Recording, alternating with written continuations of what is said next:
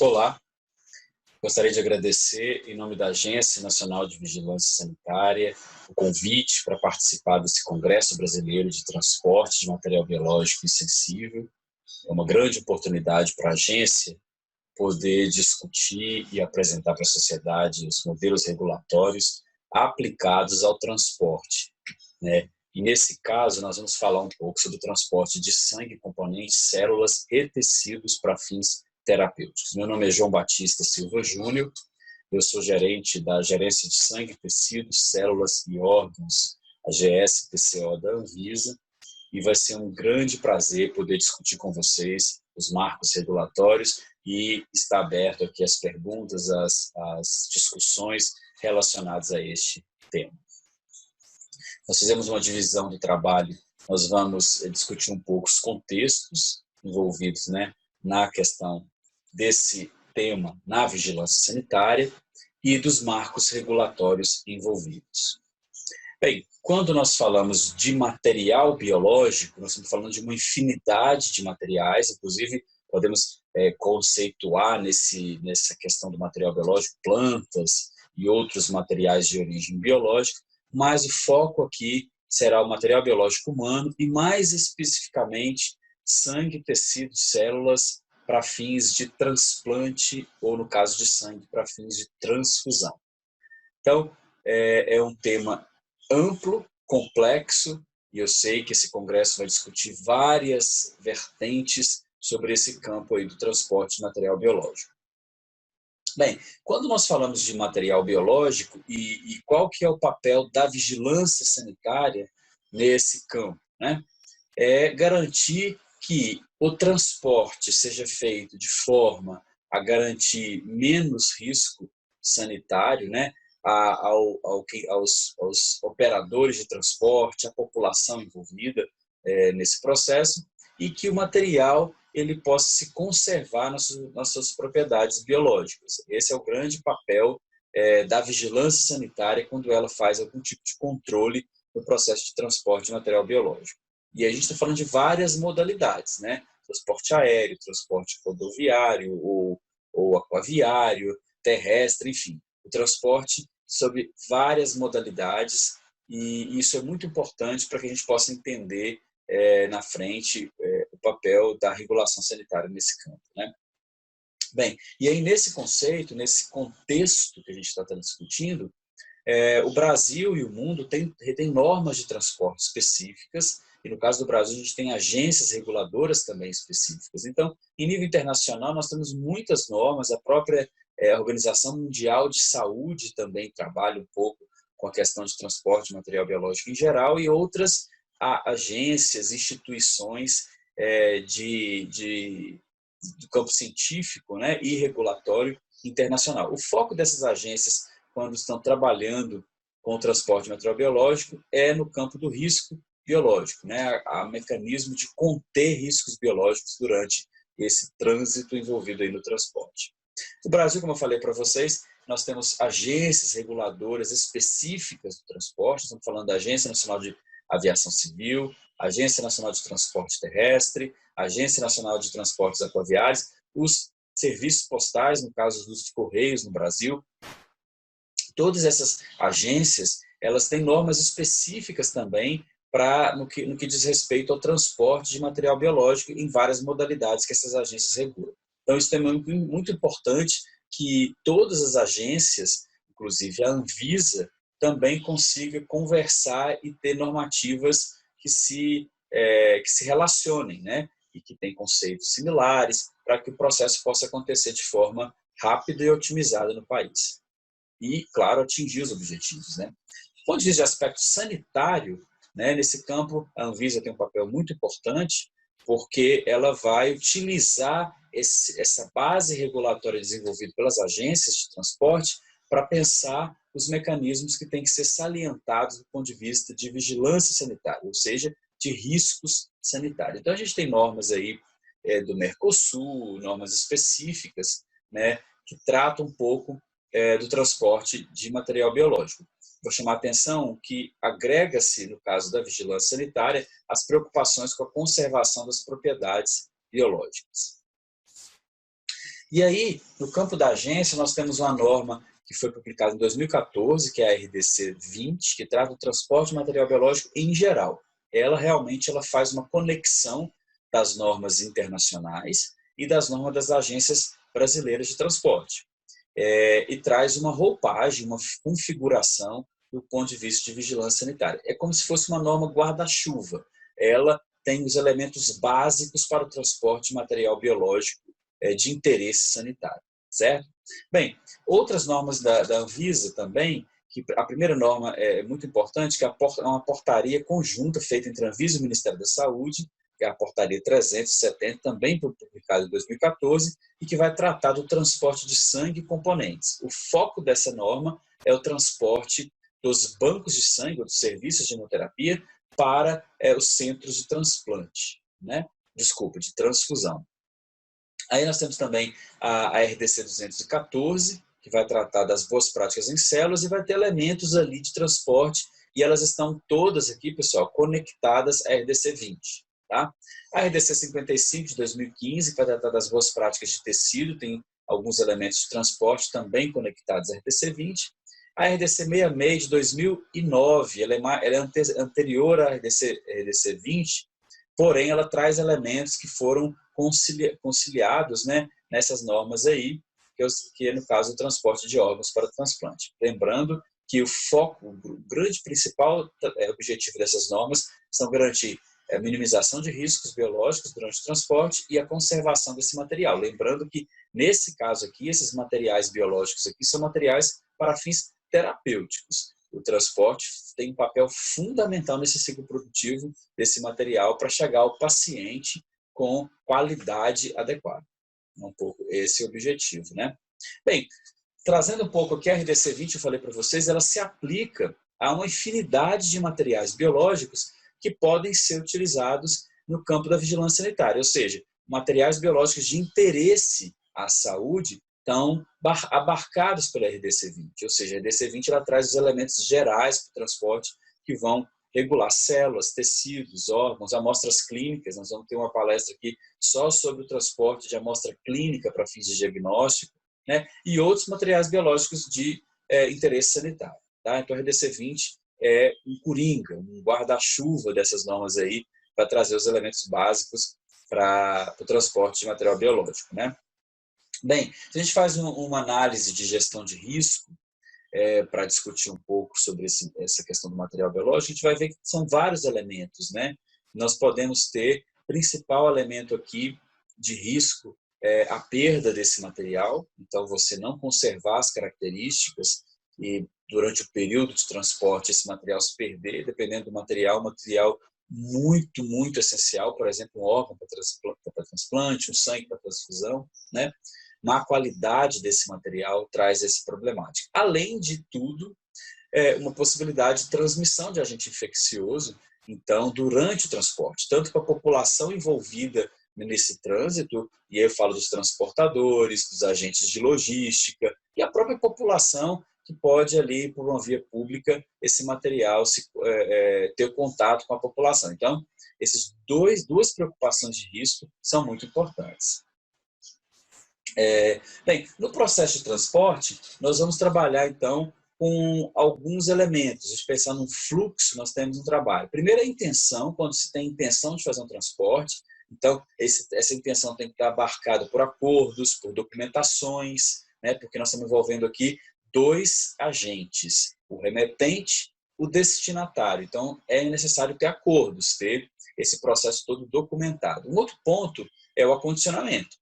O processo de transporte de um material sensível, como material biológico, precisa ter um acondicionamento bem definido, né? Validado para aquele tipo de transporte com as variáveis envolvidas, né? Aí eu falo também com relação a aspectos de processos de expedição no veículo, que tipo de veículo vai ser esse, né? E aí para cada tipo de veículo, modal de transporte, nós teremos características específicas nesse processo. O trânsito propriamente dito, se vai ter necessidade de um armazenamento temporário, o transbordo desse material do veículo, a entrega então no destinatário, e o destinatário então recebendo esse material, fazendo avaliação desse material, e a disposição final pelo remetente daquele material que foi recebido, daquela remessa recebida. Então, isso configura-se o processo de transporte que trata as normativas sanitárias. Bem, então se a gente for discutir as normativas gerais, nós vamos ter primeiros atores envolvidos. É um remetente, geralmente um serviço de saúde ou um serviço que está ligado ao produto da saúde, né? Porque esse material que nós estamos falando aqui, principalmente, é um material que tem origem em serviço de saúde. O transportador, nós vamos falar um pouquinho sobre os transportadores, destinatário e algumas situações, outros agentes envolvidos. Bem, qual que é o princípio básico dos requisitos regulatórios sanitários que nós estamos falando aqui, que vai ser importante a discussão? Primeiro, é que o processo de transporte ele se conecta ao processo de qualidade daquele produto que está sendo transportado, ou seja, faz parte do ciclo produtivo. Então, é necessário aplicar gestão de qualidade, garantia de qualidade, os elementos da qualidade no processo de transporte. É importante, então, que a gente tenha pessoal devidamente treinado, conhecedor daquele material e da importância daquele material que está sendo transportado, os processos bem definidos, com procedimentos operacionais padronizados, né? Procedimentos bem rastreáveis, então isso é muito importante também no processo regulatório de transporte, as responsabilidades definidas, então o transporte precisa ter mecanismos de rastreabilidade e de responsabilidades definidos, né? E, claro, aplicar biossegurança, os aspectos de biossegurança durante esse processo de transporte, visto que se trata de um material biológico que tem potenciais riscos, principalmente riscos aí infecciosos, né? Bem, se a gente pega as normativas nacionais e internacionais de transporte, nós temos então a possibilidade do transporte de material biológico ser classificado em 4 grandes categorias que vão trabalhar com a categorização de riscos. A categoria de maior risco é chamada categoria A, né, que são substâncias que afetam seres humanos ou humanos e animais, que tem normativas específicas, regras internacionais específicas para esse tipo de transporte, tanto por via terrestre quanto por via aérea e aquaviária. Bem, um outro então, classificação de risco é a categoria B, ele tem um risco menor do que a categoria A, mas ainda tem potenciais de riscos importantes, são classificados como substâncias biológicas, a famosa UN3373. Nós temos também uma classificação, terceira classificação aí, que é chamada espécie humana de risco mínimo, né? Também tem normativas internacionais envolvidas e para nós, do ponto de vista de transporte de sangue, componentes para fins terapêuticos e outros materiais para fins terapêuticos, é muito importante essa classificação, porque ela permite, né, o transporte desse material que, em tese, é mais seguro do que os materiais de risco B e risco A.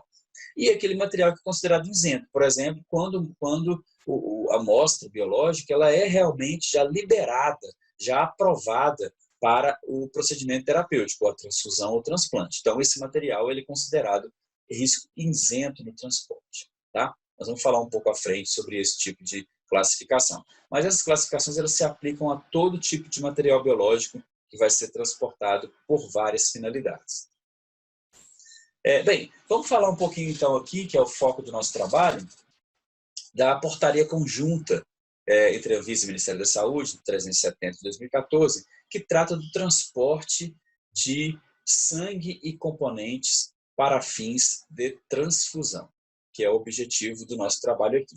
Eu vou tomar como exemplo esse modelo, porque é um modelo aplicado também para tecidos para fins de transplante, células para fins de transplante e órgãos para fins de transplante, né? Cada um desses objetos tem normas específicas, mas a lógica do transporte é muito parecida. Eu vou tomar como modelo o sangue e componentes, porque ele tem algumas particularidades e é importante a gente poder discutir aqui.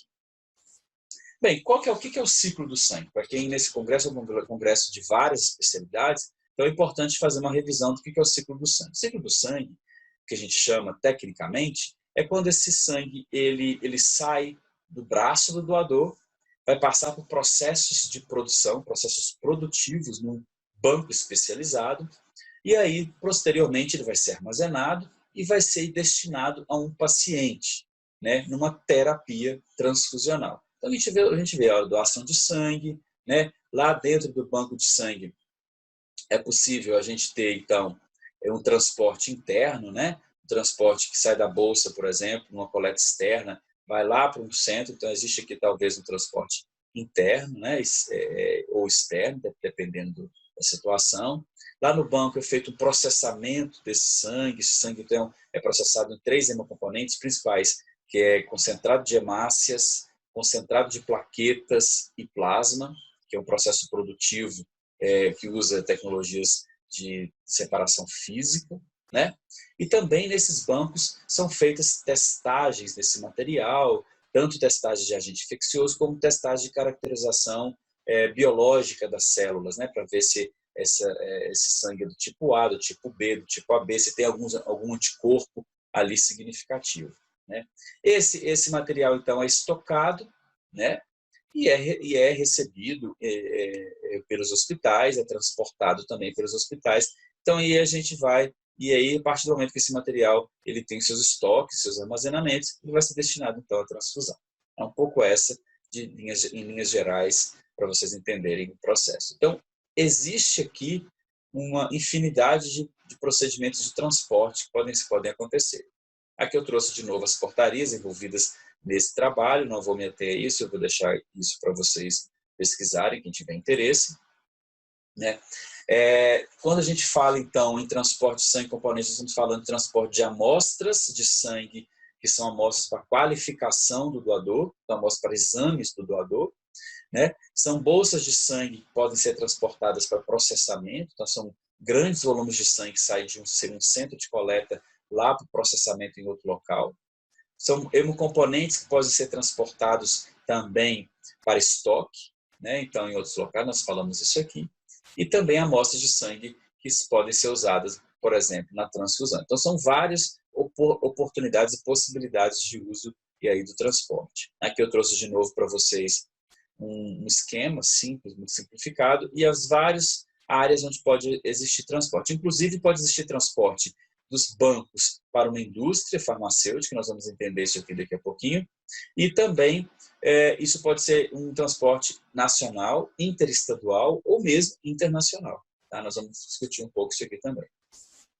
Bem, como é que é a complexidade desse trabalho envolvido os serviços? Então, o serviço de hemoterapia, que eu chamo aqui de banco de sangue, para vocês compreenderem melhor, eles são, na verdade, considerados destinatários, né? É dali que sai o sangue, né? As bolsas de sangue vão ser transportadas, né? Para os seus, quer dizer, desculpa, serviços de hemoterapia são remetentes e podem ser destinatários, né? Mas são remetentes e é dali que saem as bolsas de sangue que vão ser destinadas a um outro serviço de hemoterapia ou a um hospital. Tem situações de indústria, como eu falei para vocês, situações até dessas bolsas serem destinadas a domicílio com um tipo especial de transfusão domiciliar. Tá certo? Então, aqui é só para a gente ver um pouco essa dinâmica, né, do remetente e do destinatário. Um outro quadro também interessante, que aí nós introduzimos o transportador, entre o serviço de hemoterapia remetente, de onde saem as bolsas de sangue, para o serviço de saúde ou um outro serviço de hemoterapia destinatário, existe o transportador. E nós vamos discutir um pouquinho os tipos de transportadores que existem, então, que fazem esse tipo de transporte. Primeiro, transporte próprio. O que é o transporte próprio? O próprio serviço de hemoterapia, o próprio banco de sangue tem sua frota de transporte, né? Tem seus veículos, seu pessoal treinado, e eles próprios fazem esse transporte.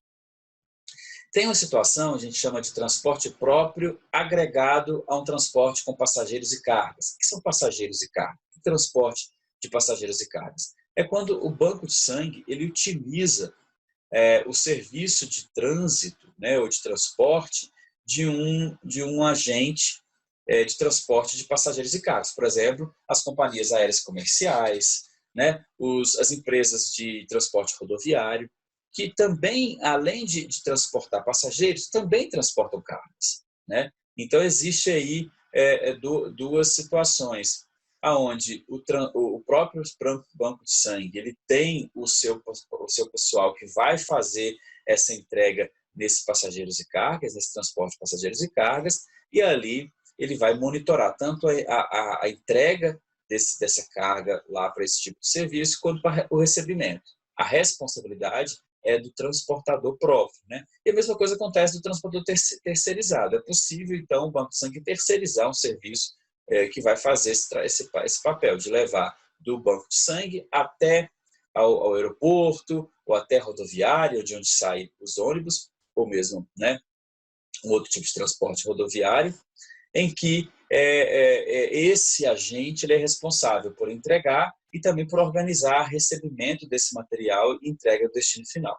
Então, isso é possível também. Tem o transporte totalmente terceirizado e tem algumas situações, como a gente está falando aqui, né, de transportes, às vezes, emergenciais, algumas situações que são autorizadas pelo Ministério da Saúde, no caso de utilização da FAB, utilização, né, de ambulâncias, que podem transportar esse material, principalmente em situações de emergência, né? Não tanto do ponto de vista de rotina, ou mesmo, dependendo da situação, são serviços que vão fazer esse tipo de transporte para esse setor, né? Por que esse tipo de transporte é importante ter uma regulação sanitária? Porque existem problemas que podem aparecer, situações importantes que podem comprometer a qualidade desses produtos, né, que vai chegar até o paciente, ou mesmo trazer riscos para o agente que está fazendo o transporte. Tá? Do ponto de vista de risco, nós utilizamos na RDC 370 e também está presente na RDC 20, uma classificação que é baseada na Organização Mundial de Saúde. Ela também tem o seu braço também nas normas das agências reguladoras brasileiras. E aí, o que a Anvisa fez? A Anvisa fez um quadro para ajudar o transportador, principalmente o remetente, para que ele possa entender o seu material e fazer o despacho de forma mais adequada, né? Então, nós temos aqui materiais do tipo A, então nós falamos já, né, substância biológica categoria A, e aqui está a classificação, existe uma lista da Organização Mundial de Saúde que define que tipo de material biológico pode ser classificado como A. Nós temos um exemplo, por exemplo, o ebola, né, materiais com esse vírus são considerados materiais de altíssimo risco. Então, são classificados como categoria A e tem normativas de embalagem muito específicas e de transporte também. Bem, e aí nós temos, então, uma substância biológica categoria B, no caso dos serviços de hemoterapia, dos bancos de sangue, materiais de pacientes são considerados substância biológica categoria B, ou também materiais positivos, onde eu tenho uma amostra ou bolsa de sangue que foi, então, detectado um agente infeccioso ali, um HIV, uma hepatite B, um sífilis, né? Então, dependendo do agente biológico, não importa, ele vai ser categorizado aqui como substância biológica categoria B, esse tipo de material, né? E a gente tem o material biológico de risco mínimo. Esse material biológico de risco mínimo é muito interessante porque as normas definem que esse material precisa de uma avaliação de um profissional para que possa classificar se aquele tipo de material, a origem desse material, o torna de classificação de risco mínimo. Então, existe um tipo de material dentro do banco de sangue que é um material que passou por uma triagem clínica epidemiológica, ou seja, um profissional da saúde, sob orientação médica, ele faz uma avaliação do doador, avaliação epidemiológica, clínica, de histórico clínico, histórico de possíveis agentes infecciosos, enfim, faz uma avaliação e classifica esse material como apto para ser processado em banco de sangue. Ou seja, já é um material que tem um risco mínimo de ter agente infeccioso. É lógico que para a transfusão vai ser passado por uma segunda fase, que é a fase de testagem. Mas ele já passou por um crivo e pode ser considerado, então, um material biológico de risco mínimo. Tá? Bem, e a partir do momento que se fechou todas as avaliações e foi feito testes laboratoriais para detecção de agentes infecciosos, esse material passa a ser, então, liberado, aprovado para transfusão e para o transporte ele passa a ser considerado um material isento, certo? Então, essa, então, é a classificação que aparece na RDC 300, da Portaria 370, que trata o transporte de sangue e componentes. Tá? Aqui nós trouxemos, então, um esquema também que está presente aí nas agências reguladoras, nos documentos internacionais, na verdade, é um esquema específico de uma instrução de embalagem CC50 para transporte de material categoria B, né? Como deve ser o processo de embalagem, rotulagem, né? Os tipos de materiais que podem ser usados. Essa é só uma ilustração. Essa ideia aqui, então, toda vez que a gente tiver sangue, né, ou amostras de sangue, com testagem de resultado positivo, ou que foi indeterminado, ou que foi conclusivo, ou que não passou por uma triagem clínica, esse material deve ser classificado como o N3373 de categoria B, certo? E aí a gente vai ter outros tipos de materiais, por exemplo, o risco mínimo, eu falei para vocês, que também tem regras para embalagem, né? Não acrescenta nessa embalagem o símbolo de risco biológico, porque esse aqui é um material biológico de risco muito, muito pequeno, então, do ponto de vista de transporte, não há necessidade de classificar esse material e taxá-lo, né? Rotulá-lo de risco biológico, né? Porque eles não são artigos perigosos. Né? Não há uma limitação de quantidade de material como existe, por exemplo, na categoria B.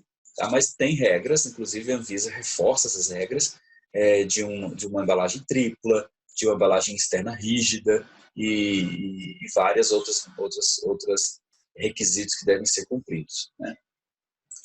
E aí a gente tem o material biológico isento. As normativas internacionais e a própria Anvisa têm trabalhado um pouco nessa linha. O que são materiais isentos? São materiais sabidamente isentos de agentes infecciosos, ou seja, foram submetidos a testes. Então, naquela testagem não foi detectado nenhum agente infeccioso.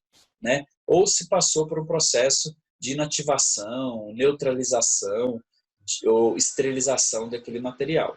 Né? Ou materiais que são materiais coletados tipo sangue seco, também coletados em dispositivos específicos, que a possibilidade de transmissão vai ser zero. Sangue que foram liberados para transfusão, células, tecidos e órgãos foram liberados para transplante. Isso são considerados material biológico isento a nível de transporte. Tá? Bem, em geral, todos esses materiais precisam ser embalados com embalagem tripla, né? Isso é condição sine qua non, por exemplo, para transporte por via aérea. Né? Todo transporte via aérea precisa de material biológico, precisa ter embalagem tripla, ou seja, embalagem primária, onde o material está contido, uma embalagem secundária, agentes ali ou materiais de absorção e uma embalagem terciária, que é a embalagem rígida. Né? E para os transportes, no caso de transporte de bolsa de sangue, e amostras de sangue, no caso, materiais isentos ou materiais de risco mínimo, eles podem ser embalados, no caso de transporte terrestre e aviário, com embalagens intermediárias, né? Só a embalagem primária e embalagem, não é necessário ter a embalagem intermediária, secundária. Então, seria a terciária, né? Ou seja, aquela embalagem externa rígida e a embalagem primária ou que tem contato com o material. Isso porque esses materiais têm embalagens primárias muito robustas. Né? Uma bolsa de sangue, por exemplo, ela suporta pressões muito grandes no processo de processamento, de produção dessa bolsa. Então, nesse caso, no transporte terrestre e aviário, para esse tipo de material, é possível uma embalagem dupla. Né? Para as amostras de triagem laboratorial, tanto de doadores quanto de receptores, quando é no ambiente interno do hospital ou do banco, se trabalha com uma embalagem dupla, né? Sendo que a embalagem externa, nesse caso não é terciária, externa, ela tem que ser rígida. E no ambiente externo, quando vou ter contato com a população ou vai passar por via, é importante e necessário a embalagem tripla. Estou falando aqui de amostras, de tubos, né? De amostras que estão transportando esse material para testagem. Nós falando aqui, tá, pessoal, de testagem de doadores de sangue. Bem, existe uma outra particularidade também nesse trabalho, que é o transporte interestadual. Essa é uma questão específica do transporte de sangue em componentes, não se aplica a outros tipos de transporte, em que é necessário, para transportar de um estado a outro no Brasil, é necessário ter uma autorização específica da Anvisa. Tá? Em situações de rotina, essa autorização ela vale por 1 ano, então a Anvisa habilita determinados bancos que podem transportar sangue de um estado para outro Isso vale por um ano, tem que ser renovado essa autorização. Em situações emergenciais, claro, é se tratado de forma excepcional. Aqui eu trouxe de forma rápida para vocês também o fluxo desse tipo de autorização. Na verdade, são documentações que a Anvisa, então, ela solicita que o serviço de hemoterapia remetente, que vai executar a atividade de transporte rotineiro, ou seja, ele vai estocar e rotineiramente ele vai transportar esse material para um outro estado. Então, ele tem que ter uma autorização, isso é uma questão de licenciamento sanitário, né?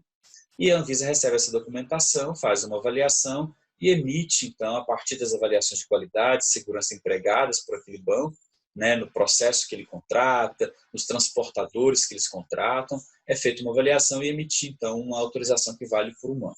Tá? Isso aqui são fluxos para quem tiver interesse ter esse acesso aqui, isso está tudo no portal também da agência, essa explicação. E existe também o transporte, no caso, para fracionamento industrial do plasma, ou seja, produção de medicamentos hemoderivados, né? A gente tem medicamentos que são produzidos a partir do plasma humano, medicamentos com fator 8, fator 9, principalmente para doenças hematológicas, tipo hemofilia, por exemplo. Então, esse plasma, ele sai dos bancos de sangue e vão para as indústrias farmacêuticas. Então, aqui é importante ter, no caso de um fracionamento internacional, é preciso de ter uma autorização do Ministério da Saúde, e a Anvisa, então, faz uma avaliação e tem uma autorização de funcionamento também emitida para as empresas transportadoras que fazem esse tipo de transporte, porque, nesse caso, esse plasma passa a ser considerado um insumo farmacêutico. Tá?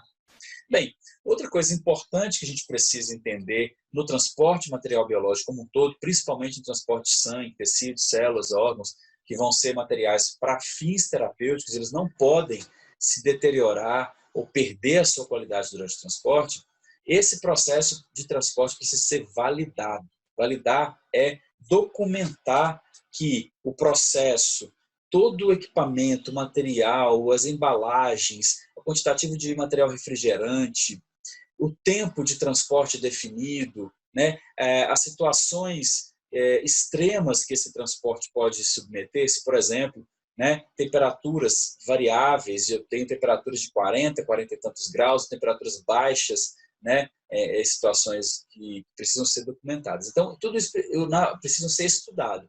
A validação é um estudo da situação do transporte, na situação real, né? Na quantitativo de massa biológica que vai ser transportada, no quantitativo de material refrigerante que vai ser utilizado, no tipo de isolamento que aquela caixa, né, ou aquela recipiente de transporte pode ter. Tudo isso precisa ser documentado. Isso é uma validação. Eu espero que o meu processo produza os resultados necessários. Isso é validação. Então, a gente tem aqui vários tipos de validação que podem ser realizadas, né? A mais importante, chamada validação concorrente ou a prospectiva, né? A prospectiva é a cientificamente mais aceita.